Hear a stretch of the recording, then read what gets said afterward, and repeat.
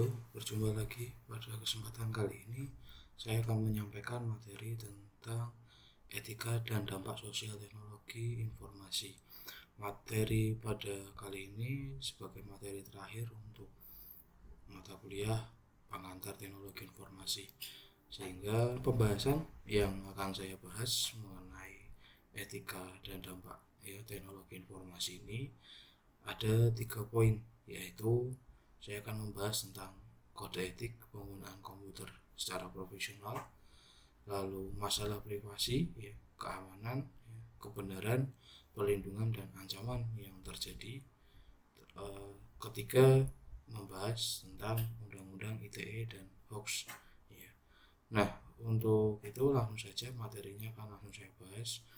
Diawali dari pembahasan era informasi, bahwa kita sudah mengetahui kita berinteraksi dengan jutaan komputer, jutaan manusia yang kita jumpai, bisa melalui media sosial, terus kita mungkin yang senang bermain game, atau berinteraksi melalui media online, misalkan seperti itu. Di situ kita ketahui kita juga yang kita interaksi, kita dalam melakukan interaksi itu di dalamnya berisi jutaan data pula, kan, yang kita tahu di dalam sebuah komputer, data yang ada di sebuah komputer itu dikenal 0 dan 1, karena komputer hanya cuma sudah dalam melalui tahapan proses, sehingga dapat diterjemahkan, disampaikan dengan menggunakan bahasa yang kita mengerti, kan. Nah, dan ditambah pula di situ berbagai jutaan jaringan, kan, yang saling terhubung. Artinya dari pembahasan seperti ini kita sudah tahu bahwa kita ini saling terhubung, berarti ada risiko yang akan kita temui di dalam penggunaan dunia digital seperti ini. Nah, makanya kita harus mengetahui hal itu.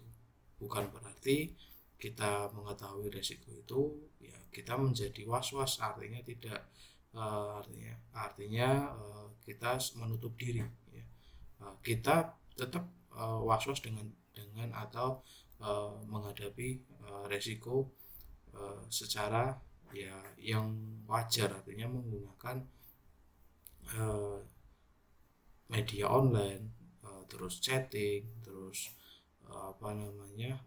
penggunaan, misalkan kita melakukan transaksi, misalkan itu, kita harus pilah dan pilih, jadi tidak asal dalam menerima informasi atau melakukan kegiatan di dunia digital.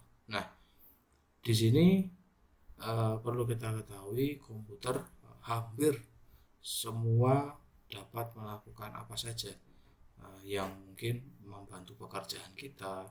Terus kita bisa berinteraksi dengan teman melalui komputer, kan. Terus kita juga bisa bermain game, kita bisa bertransaksi, dan banyak lagi yang bisa dapat dilakukan. Nah, di bidang apapun, dari mulai bidang ekonomi, kesehatan, perbankan, kan, terus untuk pengelolaan manajemen, hampir semua rata-rata dilakukan dengan menggunakan komputer, sehingga komputer ini seringkali disebut pengganti peran dari manusia. Nah, kalau manusia pasti kita lihat sendiri punya batasan, kan, kita harus tidur, kita harus makan, gitu kan, terus kita bisa sakit, gitu kan. Nah, komputer hampir tidak mengalami itu, kan. Cuman mungkin pasti ketika kita sudah tahu di materi sebelumnya tentang keamanan, komputer bisa saja punya risiko rusak, kan, terserang virus dan lain-lain. Itu juga ada upaya penanganannya juga yang sudah saya sampaikan. Nah, di sini peran komputer ini sangat membantu ya, dengan alasan selain mungkin di di zaman sekarang ya, itu terbilang harganya juga tidak terlalu mahal ya kan. Artinya kita dapat membeli perangkat komputer pun dengan sesuai kebutuhan yang mungkin relatif ya tidak mahal karena semuanya hampir menggunakan itu ya, dari mulai bank ya, operator telepon ya, kita tahu, terus kemudian mungkin ada jasa pengetikan ya, kemudian studio grafis ya, itu semuanya hampir rata-rata dengan menggunakan komputer. Untuk yang tingkat profesional ya seperti dokter, guru ya, akuntan, psikolog ya, di perbankan ya, itu cenderung juga mereka jauh lebih sering menggunakan komputer tersebut ya kan. Artinya di sini komputer mempunyai banyak peran dari mulai yang biasa sampai ke profesional, itu hampir semua menggunakan komputer di dalamnya ya. Karena untuk membantu tadi pekerjaan manusia. Nah, di dalam etika dan teknologi ini ya kita harus ketahui ya, dalam beretika di dunia digital itu seperti apa ya. Kita harus tahu dulu teknologi di sini sesuatu yang diciptakan manusia untuk mempermudah pekerjaannya. Karena itu makanya teknologi ya tidak malah membuat jadi lebih susah. Dengan adanya teknologi harus membantu ya. Kehadiran teknologi ini ya secara tidak langsung juga ya membuat atau menjadi ya kita itu kehilangan sense of human-nya yang artinya merasanya itu berkomunikasi dengan komputer itu sendiri. Kita ngobrol dengan komputer, rasanya kan hampir seperti itu. Padahal kita harus ketahui ya bahwa teknologi yang kita gunakan itu hanya sekedar tool, alat ya. Jadi kita harus bisa membatasi ya. Itu tetap kita harus juga punya interaksi secara langsung ya. Misalkan kita mungkin ketemu, tapi kalau di masa sekarang juga mungkin kita akan membatasi, tapi artinya jangan sampai teknologi itu malah membuat rasa dengan sesama ya, kita berinteraksi dengan teman ya, itu menjadi hilang. Kemudian di teknologi ini mempengaruhi juga perilaku masyarakat ya. Dan itu pun menyangkut etika moral ya, mungkin karena kita seringnya berkomunikasi ya dengan teknologi, walaupun kita berkomunikasinya dengan seseorang tapi melalui teknologi itu ya, itu juga mempengaruhi sekali, sangat mempengaruhi sekali dari sisi etika dan moralnya ya. Mungkin masalah emosionalnya ya kan, mungkin kita misalkan sedang banyak pekerjaan mungkin, sehingga ketika kita banyak pekerjaan yang dituntut ya di dalam sebuah pekerjaan, ketika kita berinteraksi dengan teman melalui teknologi pun jadi ikut terbawa kayak gitu. Nah, itu hal yang salah satunya mempengaruhi ya. Nah, kemudian dari kita berkomunikasi dari baik misalkan menggunakan email ataupun sejenisnya ya, itu juga kita harus bisa mengelola ya, bahasa ya, artinya kata-kata kita harus bisa mengelola itu. Nah, lalu di dalam etika komputer dan pemanfaatan teknologi informasi ini harus kita ketahui bahwa di etika komputer ini analisa tentang sifat dan dampak sosial teknologi komputer serta formulasi dan pengesahan kebijakan untuk menggunakan teknologi komputer secara benar. Jadi di dalam penggunaan komputer itu sendiri juga ada etikanya ya, sehingga kita di sini bisa secara bijak ya menggunakan teknologi di dalam komputer secara benar, artinya kita dapat memanfaatkannya dengan baik.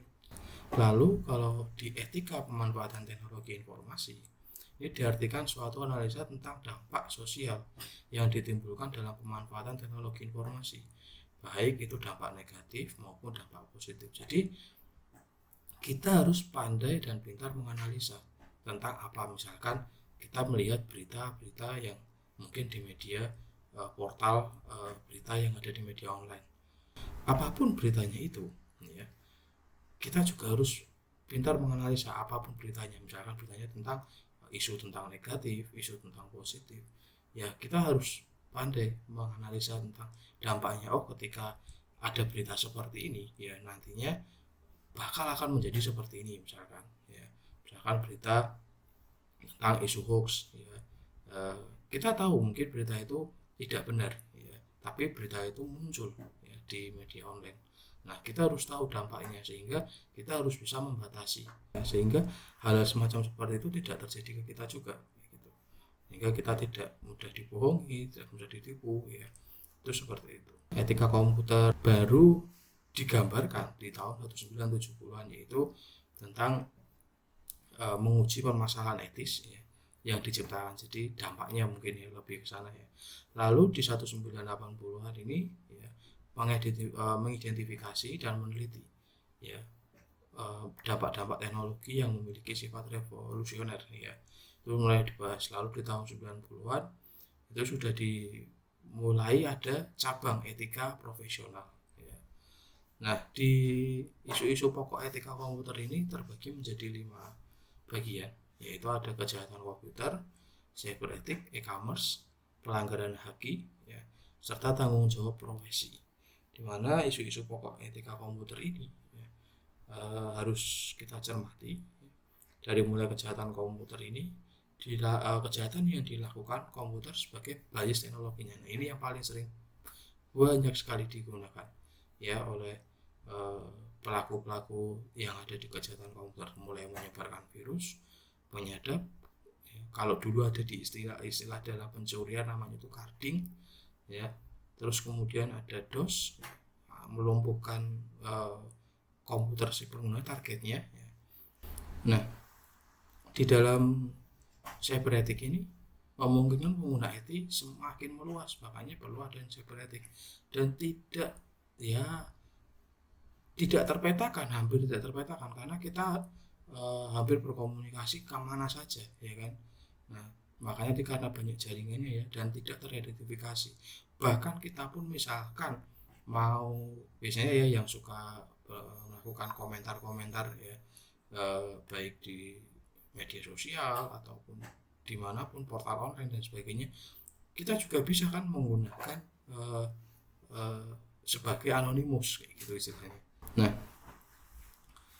di yang ketiga itu ada e-commerce ya, dimana di dalam e-commerce ini kita sudah ketahui bisnis di dalam dunia internet dan sejenisnya itu mulai atau sudah sangat banyak ya di era sekarang, di zaman sekarang ya, sehingga melahirkan ya di sini membuat ya implikasi yang negatif seperti kejahatan, penipuan ya. Kita misalkan tahu ada penjual yang menjual barang yang atau menjual jasa ya yang melakukan penipuan ya, itu sangat banyak sekali ya di zaman sekarang. Itu berarti kita harus hati-hati. Kita harus tahu dulu kalau misalkan di e-commerce ini kita harus tahu dulu penjualnya memiliki kepercayaan dari pembelinya, atau istilahnya di sini ada testimoninya kemungkinan, terus dengan transaksi yang mungkin dengan aman dengan menggunakan rekening bersama, terus tidak memberikan sandi, PIN dan lain-lain ya, kepada penjual, sehingga kita harus hati-hati untuk melakukan transaksi bisnis ya di dunia digital.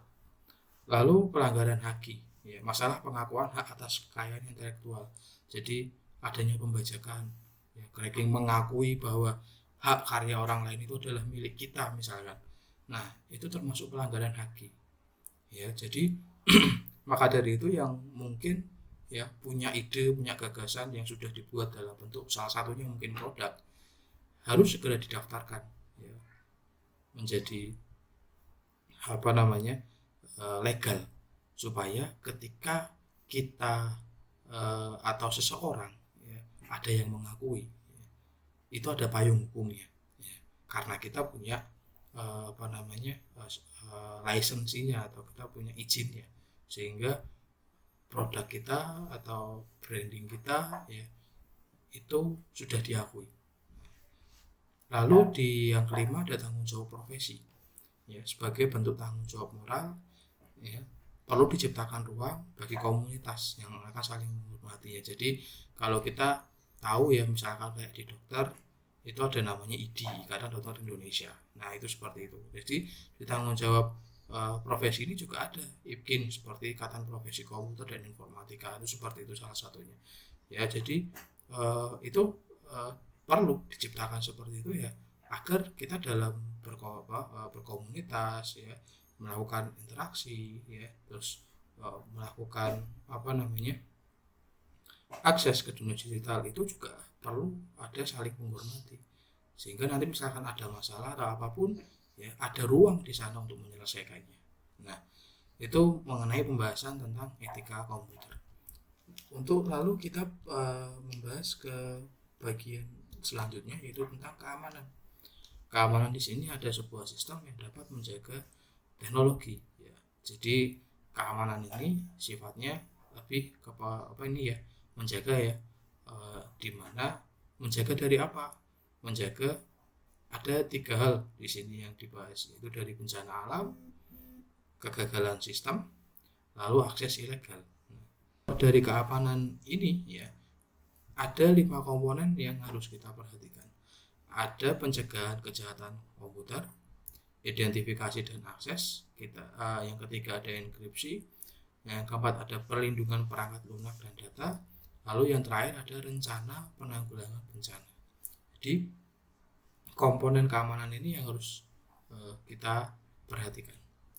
Nah di aspek lingkungan, karena kita tadi salah satunya ada bencana alam ya, ya lingkungan menjadi masalah atau hal yang penting ya, karena sudah kita ketahui sendiri tadi jutaan komputer ya, ya mungkin bahkan lebih ya pasti ya.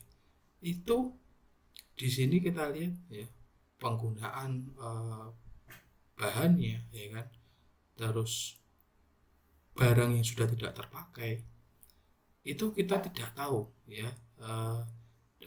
bahannya menggunakan apa gitu kan, dan daur ulangnya seperti apa.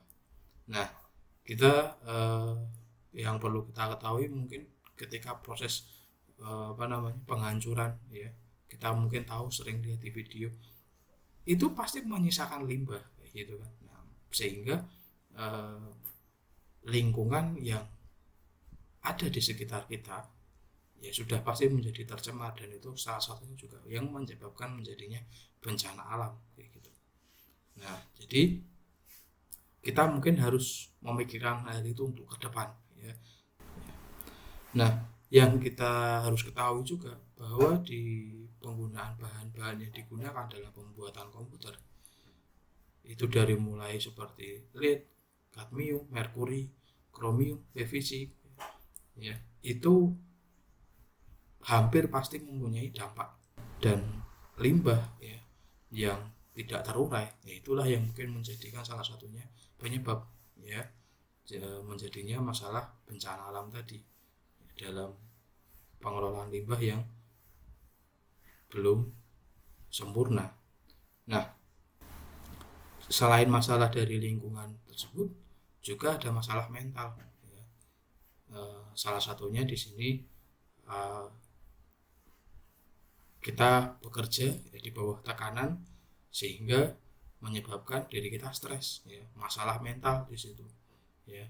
Terus kemudian misalkan kita yang mungkin ada di masalah perekonomian mungkin, sehingga kita mencari jalan pintas dengan melakukan perjudian secara online kayak gitu. Nah itu kita harus waspadai ya, hal-hal semacam seperti itu jangan sampai terjadi kepada diri kita.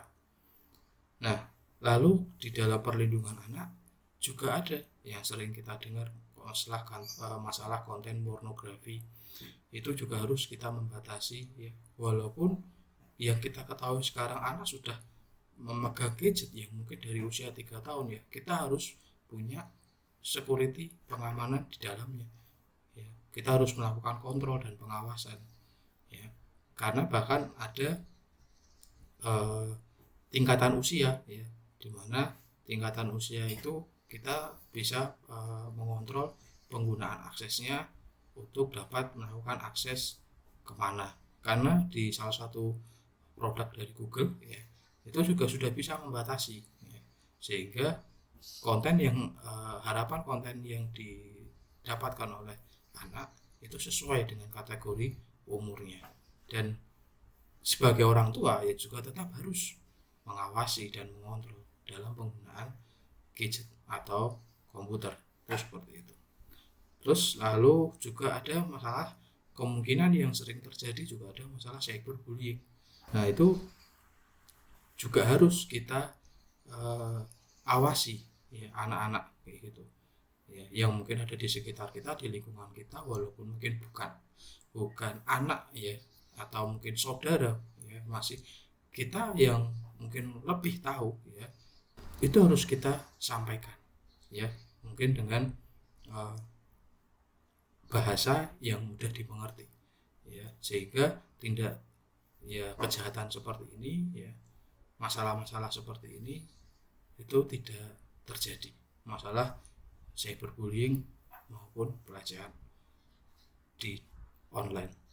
Nah lalu masalah di tempat kerja ya, mungkin kalau kerjanya tidak menyita waktu kayak kita bisa mengakses informasi di tempat kerja sehingga lupa dengan pekerjaannya ya kan.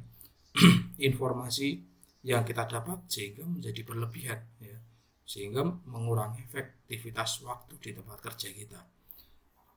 Nah itu kita harus membatasi itu ya, ya dengan ya hal-hal yang positif ya. Selain menyelesaikan pekerjaan ya, kita juga bisa ya kan berinteraksi dengan teman kerja atau mencari atau membuat ya sesuatu yang positif ya, selain mencari informasi yang berlebihan tadi. Lalu di dalam dunia politik dan ekonomi juga memiliki pengaruh ya. Di sini pengaruh teknologi terhadap ya kesenjangan si miskin dan si kaya tahu sendiri, karena yang kita ketahui ya, ya pengaruhnya dalam penggunaan teknologi ya, si miskin dan si kaya sangat besar ya, yang mungkin misalkan yang tidak mempunyai materi ya, itu untuk mendapatkan teknologi ya, itu cukup susah ya kan, karena dari mulai membeli perangkat dan sebagainya tidak cukup ya. Kalau yang mempunyai materi ya, atau mempunyai uang ya, dia dapat membeli apapun teknologi yang mungkin ada di zaman sekarang ya. Sehingga pengaruh teknologi itu ya juga ada ya, seperti itu. Lalu juga teknologi yang membunuh pekerjaan, istilahnya membunuh nih pekerjaan ini, yang juga bisa yang kita ketahui sering melakukan tindak kejahatan ya. Terus kita melakukan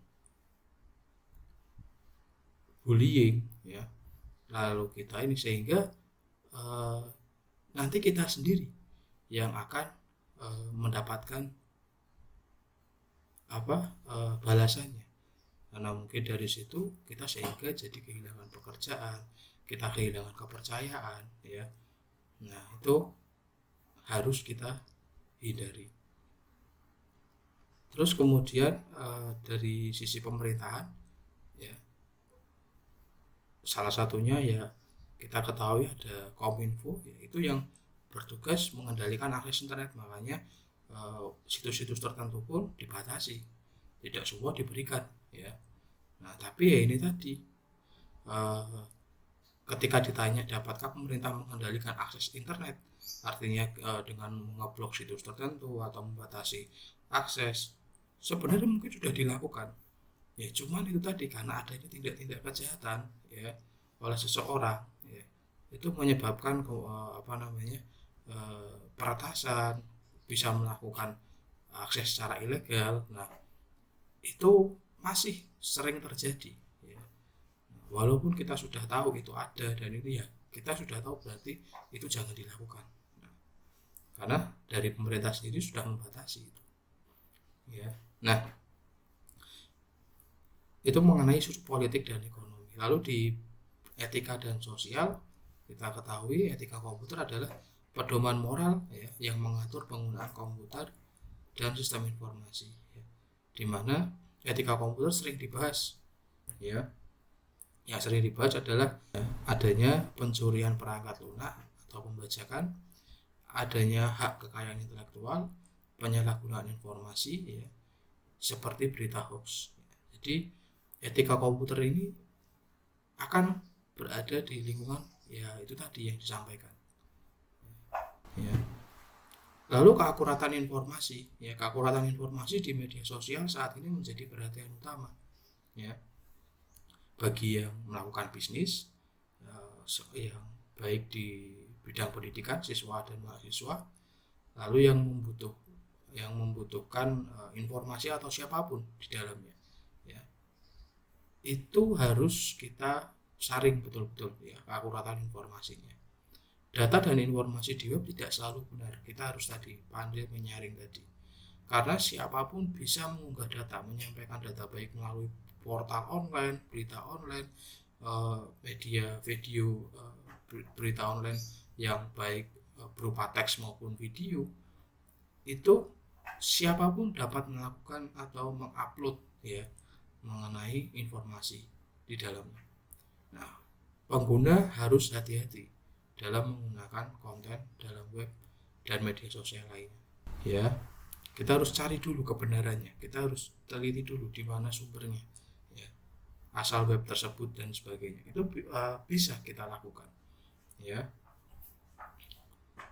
Lalu dari hak kekayaan intelektual tadi ya, itu mengacu pada tadi ya, kenapa tadi saya minta ada kalau yang sudah membuat produk atau apapun didaftarkan ya, untuk mempunyai hak kekayaan intelektualnya, supaya tadi ya kita punya originalitasnya ya, dari ide kita, penemuan kita ya, produk kita, brand kita ya, itu tidak diakui oleh orang lain, tidak dicuri ya. Nah, karena ketika kita sudah daftarkan, kita sudah memiliki payung hukumnya tadi. Lalu di salah satu yang lain tentang hak yaitu ada copyright ya. Pasti kita sering dengar kata copyright gitu ya, misalkan yang si penulis, pencipta lagu ya, terus pembuat video ya, yang mungkin dia untuk produk dia atau untuk brand dia ya, atau memang untuk karya, hasil karyanya si dia ya, yang tidak boleh ya, dia tiru, dibajak ya, kita harus membuat copyrightnya ya. Jadi pelanggaran yang terjadi ya, jika sebuah karya tanpa copyright itu adalah pembajakan ya. Itu seperti software, perangkat lunak itu, film ya, dan musik ya. Itu kalau tidak ada copyrightnya ya, dianggap pasti sebagai pembajakan. Lalu yang selanjutnya ada green computing. Green computing ini salah satu upaya ya untuk kita bisa ya mengurangi lah dampak di dalam penggunaan dunia digital di masalah lingkungan. Salah satunya dengan pengurangan daya listrik ya, dan limbah lingkungan tadi yang saya sampaikan. Pemborosan listrik ya, misalkan kita lupa mematikan, terus kita melakukan pembuangan kertas, bekas-bekas limbah yang ada ya, itu menjadikan masalah tadi kan. Nah, sehingga kita perlu ya memikirkan hal tentang green computing ini. Limbah bekas komputer ya juga berbahaya ya untuk sekitar ya, karena tadi ada mengandung merkuri, timbal ya, dan bisa juga dapat memicu api. Lalu berarti kita juga harus memikirkan solusinya kan. Nah, solusinya ya kita harus bisa mengontrol ya dengan cara tadi ya mengurangi daya ya. Salah satunya di sini mematikan komputer ya, perangkat-perangkat yang tidak digunakan, lalu menggunakan monitor yang salah satunya di sini dengan jenisnya LCD. Karena monitor CRT selain berbahaya bagi mata, juga memiliki daya yang lebih besar ya. Makanya kalau kita kenal zaman dulu belum ada LCD itu masih dengan menggunakan mode monitor CRT atau tabung, dimana komponennya kan di dalam monitor CRT komponennya sangat banyak kan ya, dan itu besar dan berat ya, sehingga pasti di dalamnya perlu banyak komponen elektronik di dalamnya, sehingga daya yang dibutuhkan menjadi lebih besar. Nah, selain itu juga kita pikirkan dengan paperless, menggunakan metode tanpa kertas, sehingga kita bisa menghemat ya penggunaan kertas di sini.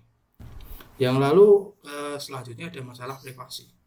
Masalah privasi ini mengacu pada hak individu dan perusahaan untuk menolak ya atau membatasi penggunaan informasi. Ya, jadi privasi informasi ini mengacu pada hak individunya tadi. Kita bisa ya membatasi. Di masa lalu privasi informasi lebih mudah dipertahankan karena disimpan di lokasi terpisah. Misalkan kalau kita punya bisnis toko, kita bisa menyimpan sendiri uang kita di dalam laci gitu kan. Nah, terus misalkan di perusahaan punya ruang sendiri di brankas ya. Tapi kalau kita lihat sekarang semua hampir diupload secara online ya kan. Kita punya uang disimpan di dalam bank, kita punya data penting diupload ke dalam media penyimpanan secara online ya kan. Nah, sehingga kita harus memperhatikan masalah keamanannya tadi ya.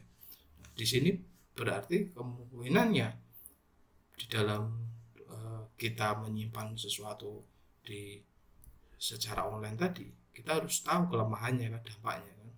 Apakah yang kita simpan ya di dalam media online itu aman ya, jasa yang kita gunakan benar-benar menyediakan tempat yang aman untuk data kita, uang kita ya kan.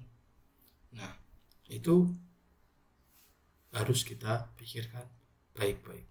Nah, yang selanjutnya ada phishing, di mana phishing adalah yang melakukan penipuan ya, seperti mengirim pesan, email ya, dan sejenisnya itu ke informasi ke seseorang ya, untuk dalam bentuk link ya, terus kemudian di situ nanti diarahkan ya untuk memasukkan nomor, PIN, rekening dan lain-lain ya.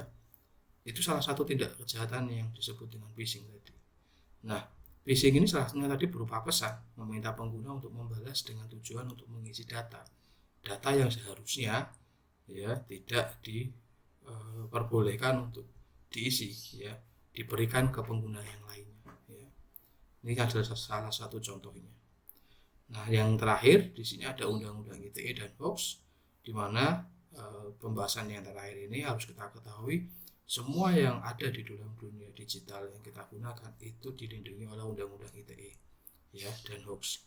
Artinya ketika kita menyalahgunakan, kita sendiri maksudnya ya, melakukan tindak kejahatan misalkan dan menyalahgunakan, itu jelas ada hukumnya ya, karena di sini ada Undang-Undang ITE. Salah satunya misalkan melakukan penyebaran hoax ya. Nah, di sini pengguna yang melakukan hoax ini ya, menyebarluaskan melalui media sosial berita yang kurang etis, tidak sesuai, bohong ya, dan mungkin bersifat sara ya, dan itu menjadi, misal kalau sekarang istilahnya menjadi viral ya, sehingga itu menyebabkan kericuhan, kegaduhan itu pasti nantinya akan diproses karena secara hukum, karena itu tadi ya kita melakukan tindak kejahatan di dunia digital yang tidak benar ya. Kita harus hati-hati ya, sehingga di dalam penggunaan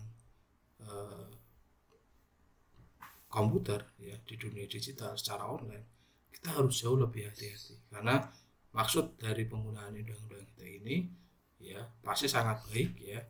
Kita di sini bisa ya menyaring informasi, kita bisa menggunakan informasi itu secara tepat ya.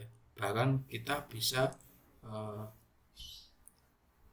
misalkan kita membuat sesuatu tadi ya, produk atau apapun itu, ketika memang kita sudah legal, punya copyright, punya hakinya ya, itu kita dilindungi ya sebagai penggunanya ya, dan atau pembuatnya ya. Dan kalau kita di sini merasa kita dirugikan oleh seseorang ya, kita juga bisa melapor gitu ya, masalah kalau berkenaan dengan undang-undang ITE dan hoax. Nah, untuk materi tentang etika dan keamanan teknologi informasi sudah selesai ya. Semoga materi ini bermanfaat untuk Anda, dan ini menjadi materi yang terakhir untuk materi di pengantar teknologi informasi. Saya akhiri, kurang lebih saya mohon maaf. Terima kasih.